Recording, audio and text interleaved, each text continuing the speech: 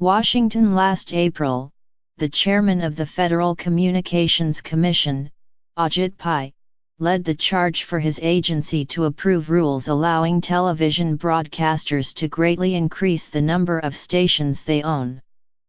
A few weeks later, Sinclair Broadcasting announced a blockbuster $3.9 billion deal to buy Tribune Media, a deal those new rules made possible. By the end of the year, in a previously undisclosed move, the top internal watchdog for the FCC opened an investigation into whether Mr. Pai and his aides had improperly pushed for the rule changes and whether they had timed them to benefit Sinclair, according to Representative Frank Pallone of New Jersey and 2 congressional aides. For months I have been trying to get to the bottom of the allegations about Chairman Pai's relationship with Sinclair Broadcasting, Mr. Pallone, the top Democrat on the committee that oversees the FCC, said in the statement to the New York Times.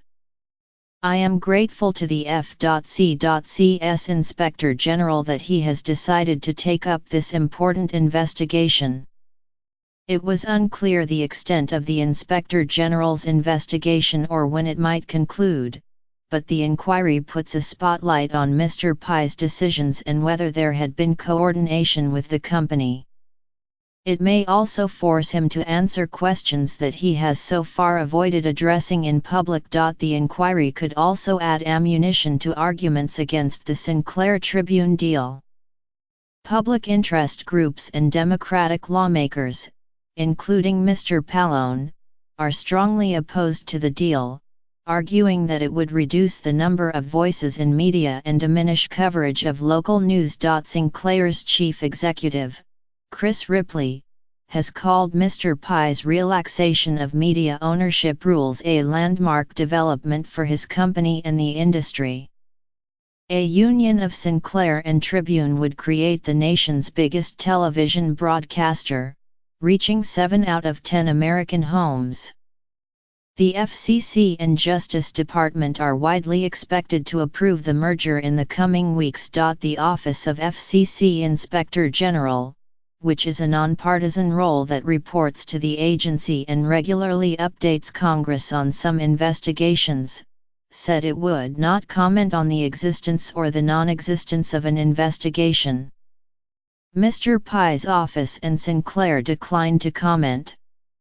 When the legislators called for an investigation in November, a spokesman for the FCC, representing Mr. Pai, said the allegations of favoritism were baseless.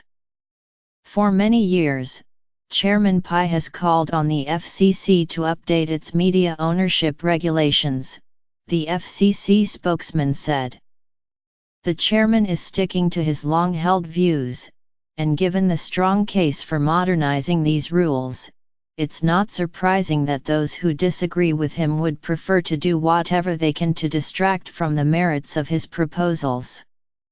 A New York Times investigation published in August found that Mr. Pai and his staff members had met and corresponded with Sinclair executives several times. One meeting, with Sinclair's executive chairman, took place days before Mr. Pai, who was appointed by President Trump, took over as FCC chairman. Sinclair's top lobbyist, a former FCC official, also communicated frequently with former agency colleagues and pushed for the relaxation of media ownership rules. And language the lobbyist used about loosening rules has tracked closely to analysis and language used by Mr. Pai in speeches favoring such changes. In November, several Democrats in Congress, including Mr. Pallone, called on the Inspector General's office to explore all communications including personal emails, social media accounts, text messages, and phone calls between Sinclair and Mr. Pai and his staff. The lawmakers also asked for communications between Mr. Pai's office and the White House. They pointed to a report in March 2017 from the New York Post, in which Mr. Trump is said to have met with Sinclair's executive chairman, David Smith, and discussed FCC rules.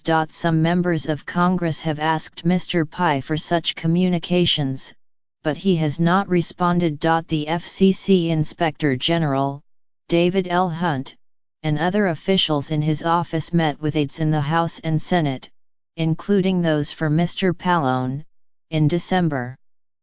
The FCC officials told the aides that they would open an investigation, according to 4 people with knowledge of the meetings. In later conversations, FCC officials said that an investigation was underway, according to 2 other aides. The aides, all of whom work for Democratic lawmakers, would speak only on the condition of anonymity because the investigation is private. The investigation could put the FCC Inspector General's office in a high-profile situation. Mr.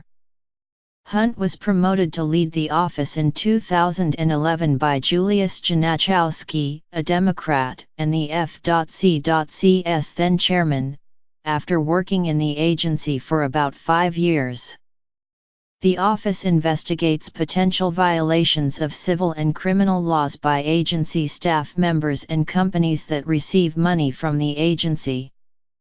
On Wednesday, the Inspector General for Veterans Affairs, a similar position, released a scathing report about travel spending by the department's secretary, David J. Shulkin. The FCC's Inspector General does not make public all of its investigations, but details of some investigations have been disclosed through Freedom of Information Act requests and through the office's reports to Congress. In 2015, the Inspector General's office looked into possible coordination between the Obama administration and the FCC chairman at the time, Tom Wheeler, on the creation of so-called net neutrality rules. The rules prevented broadband providers from blocking or slowing traffic to consumers. The Inspector General said its investigation could not find clear improper conduct. Antitrust experts said this new investigation may complicate the reviews of the Sinclair Tribune deal by the FCC and the Justice Department. Even if the deal were approved, they said, any conclusions of improper conduct by Mr. Pai could give fuel to critics to challenge the review in courts. An investigation could cast a cloud over the whole process, said Andrew Schwartzman, a senior fellow at Georgetown Law Center's Institute for Public Representation. For the review, knowledge of an investigation could generate caution and even delay completion of the deal.